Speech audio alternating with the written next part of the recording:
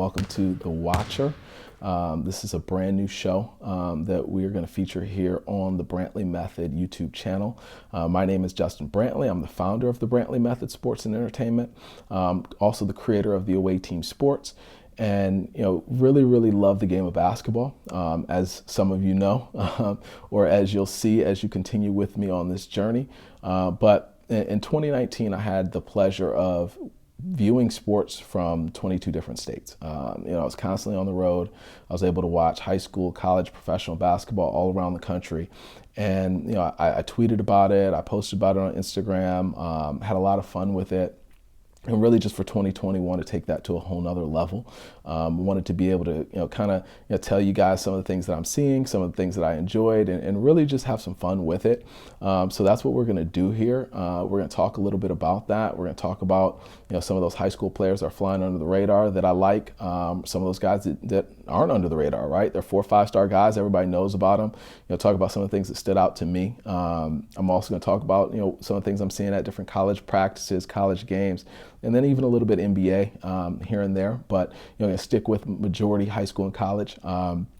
So to backtrack a little bit, like I said, 22 states last year. I felt like I was either constantly on the road, on a plane, in the car, or in a hotel room.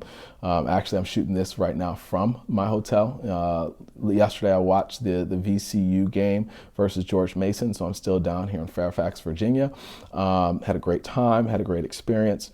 But really, that's been my life, and I absolutely love it. I love the game of basketball. I love being in new places. I love traveling. I love, seeing different people.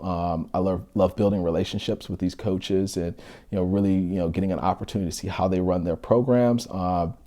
It's really been an amazing journey thus far. So, I guess the place I want to start at is I want to circle back and I want to wrap up what 2020 looked like for me. In December, I finished strong with a couple back-to-back games. I went and watched Dayton versus North Texas, which was an amazing game. It was great to see, that the Dayton Flyers team up close. As everybody knows, right? They've got a couple high-level players over there. Their star player, Obi Toppin. Obi is literally, he's a pro. He's going to be a lottery pick this year. I saw him last year at a practice and really liked him. Saw him this year at their practice preseason and, saw the growth and development and just instantly knew that, he was going to be a lottery pick top guy. I talked about it a little bit on Twitter. Had some people tell me I was crazy, but those same people aren't telling me I'm crazy anymore. But he's averaging 19.5 points a game right now.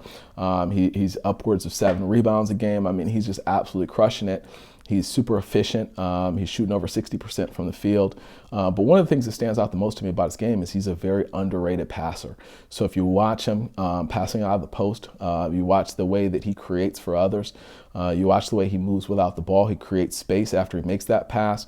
That's why he's on the receiving end of so many dunks. I tell my guys all the time, the screener is usually the guy that's going to get open, right? If you're setting hard screens and diving right behind those screens, you're going to get opportunities at the basket, right? And those are some of the things that he does very well. So it's always a pleasure to watch him play. But he's not all that Dayton has, right? So from him to E.B. Watson, to Jalen Crutcher, to Trey Landers, to Ryan Mikesell. They've got 5 guys averaging over 10 points a game. So, that was a great game for me to watch, a great game for me to get an opportunity to really, up close and personal, see some of those guys that I know and have good relationships over there on the coaching side. Seeing Coach Grant, Coach Solomon, all those guys on that staff, top to bottom have been amazing. They've been very supportive of me over my career. So, whenever I'm in Dayton, I get an opportunity, I make sure to drop in on them and check them out. So, went to that game a couple weeks ago. The next day I went and I saw Cincinnati versus Tennessee, which, it was awesome. You're talking two electric atmospheres. I don't know if you've ever been to a game at Dayton, but if you haven't, you need to go watch a game at University of Dayton. The students come out, the fans are awesome, they're engaged, they're intense, and it was the same thing at Cincinnati. Cincinnati had a great environment. They were coming off of a tough loss in that game, so coming into that game, it was one that really was a culture win for them to show how they're going to rebound, how they're going to fight back, and they look very good. It was a solid game. They beat Tennessee, and then I ended 2020 or 2019, with Bowling Green. I made a trip down. Mike Huger, he's been once again a great ally, and a supporter over the years as I've navigated through my career. I'm a supporter of Mike Huger. He's an excellent man. Every time we have a conversation, he's very genuine. I met him actually walking out of an AAU game in New York City. And I didn't realize how big Mike Huger was in New York City.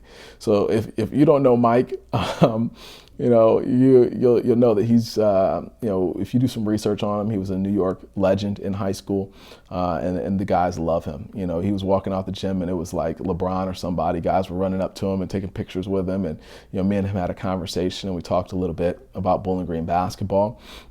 And just, an awesome guy. So I've gotten to know him over the years. So I went to check them out. They played against Hartford. It was a very good game. I was excited to see them play. Justin Turner, I watched him play back in high school at Detroit Renaissance. I'm from Detroit, so I always get a chance to, when I'm at home, I make sure to get out and check out, players in the area and see who's doing what. And Justin was one of those guys that I watched a little bit, 2014, 2015. And I think he was a class of 2016 guy. So, it was good to see him. It was the first time I'd seen him live since high school. He had a great game. He had 22 versus Hartford. He's averaging 17.5 points a game. He's having a great season. He was coming off of injury. That was his first game back, so it was really good timing for me to get a chance to see him. But I also really like Trey Diggs. I was watching him play. I like the way he moves. He's got good touch. I like the way he shoots the ball. He shoots it with a lot of confidence. He's not hesitating. If he catches that ball in the wing, he's letting it fly. And I really like that about him. So that was a great game to see. Hartford, the surprise. I knew Malik Ellison was over there, but I kind of forgotten a little bit about Malik. Malik was a guy that I saw at St. John's briefly.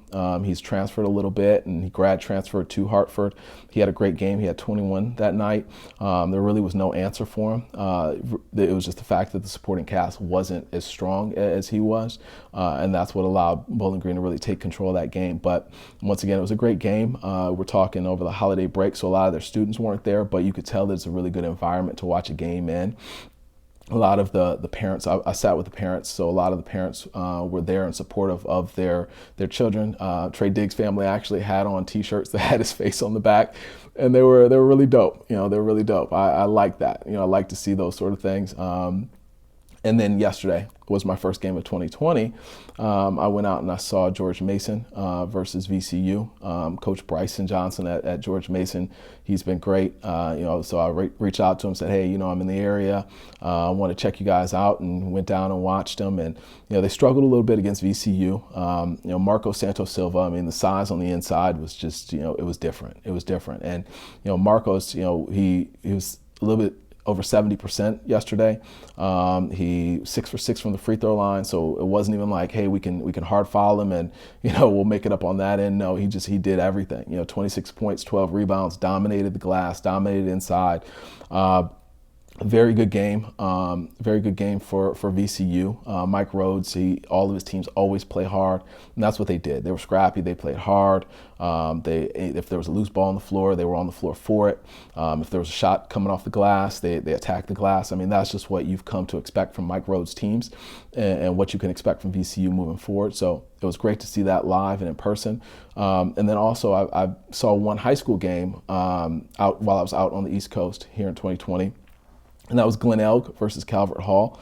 And I went to the Glen Elg game. Glen Elg has two players that are Division I guys for sure. One, Jordan Brathwaite. He's about 6'6", 6'7", 3'4" kind of type kid. They utilize him in the post there at Glen Elg, but I think that at the next level he'll be more of a small forward. But he dominated the glass. I mean, he did an amazing job attacking the glass. Getting rebounds, second chance opportunities, putbacks. I really liked his energy. I think that there's a lot of things he does well.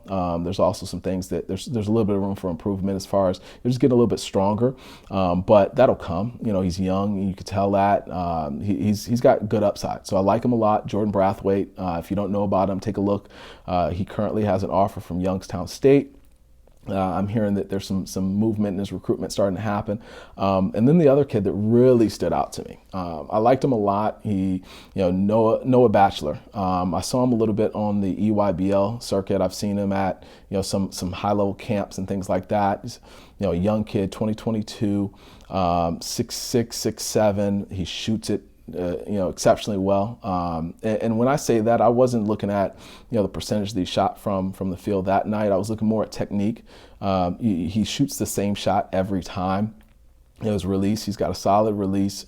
He's got nice touch. He's got a nice feel for the game. He was never really sped up. He plays with good pace. They're playing against Calvert Hall. Calvert Hall ran a zone at him, and he didn't get stressed out or frustrated with that zone. He just played within it. He's got good court vision. He made some really good passes. There were a couple. I keep a stat that most people don't keep, and it's called SBA.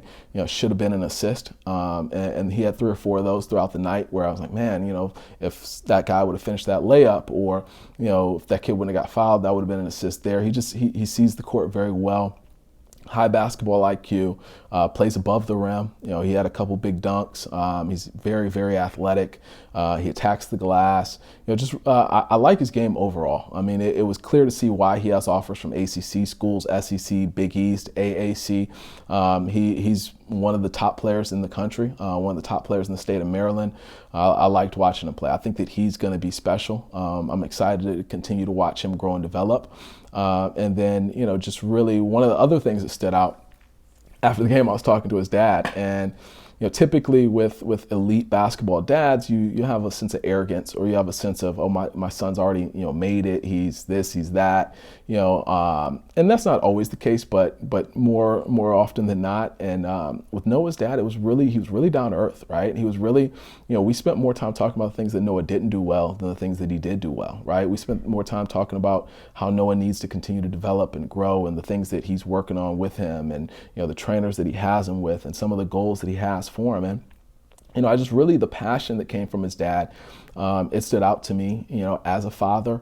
Something that I love to see is when dads are there and they're supportive, but at the same token, they're making sure that their kids are developing the right way, right? They're not, here, riding their kids' coattails or looking for accolades off their kids. They're here, building them up and putting them in positions to be successful. And that's how, Noah's dad was. So it was an amazing conversation. I walked away from that conversation, really evaluating, not just knowing his dad, but evaluating how I am as a father, right? Evaluating, my son's 13 years old. I'm actually going to go check out his game here tomorrow. So it was, big for me to kind of check myself as to, how do I react after my son has a good game or a bad game, a win or a loss, a game where he makes 8 shots out of 8 shots, or a game where he makes 0 shots out of 8 shots. How am I going to deal with that? How am I going to adjust and adapt? And I think that, that's what I take away when I'm on the road. It's more than just basketball. It's more than just X's and O's. It's more than just, what these guys are doing on the court. I want to identify how they're moving off the court. What type of kid is it? And sometimes you can't really tell that in a short interaction, but other times you can, right? I want to connect with parents and coaches and get an idea for, what these college coaches are like. Who are they outside of when you see them on ESPN on the sidelines? What type of people are they? What type of husbands and fathers and role models are they for our student athletes to be going to play for them? And over the last year, I've met some amazing guys, and I've interacted with some amazing guys and cultivated some great relationships. And I want to continue to do that. And that's pretty much what we're going to do here with The Watcher, is get out and continue to evaluate games, see what's out there, let you guys see what I see through my lens, right? So, you have the perspectives from other, shows, or if you're watching ESPN every morning to kind of get an idea for the highlights and things like that, that's fine. I'm not in competition with any of that. That's not my goal. My goal is just to be me. My goal is to, tell you what I see, and show you how I see it, and just have some fun with it. This channel is all about, me having fun, but also about me being able to hopefully educate, inspire, and motivate you, to either A, get out and watch some basketball, get out and, hey, I heard that kid that he talked about. I liked what I saw, or I liked what I heard. Let me go see, what I see about him. Or, as a player, if it's, encourages you to say, hey, he talked about the guy, Obi, and the way that he moved without the ball, the way that he spaced after he passed, and the way that he set screens and got open based off of his screen. And I'm going to utilize that in my game tomorrow. Who knows? I don't know how this will reach you or how it'll impact you. My hope is that it just does something for you. So really excited about this journey. It's going to give me something to do when I'm in my hotel rooms, either late at night or prior to checkout. So I'm excited for this. We're going to have some fun with it. Let me know any games that are going on in your area, big games, whether it be high school, college, doesn't matter the level, division. I'm not worried about that. I want to go check out games from NAIA, D3, D2, Division One. I'm going to go check out some women's games soon. I'm looking forward to catching Dayton women's basketball. Coach Shauna Green has been amazing. Calamity McIntyre, they're great. Their staff is amazing. They do a great job over there. So I'll be going to check them out soon. So let me know, games that you think I should be pulling up to, or games that, players that maybe you want to, you've heard about, you want to see more from. Let me know, drop a comment, send me an email, tell me where I need to be at. Talk to you guys soon.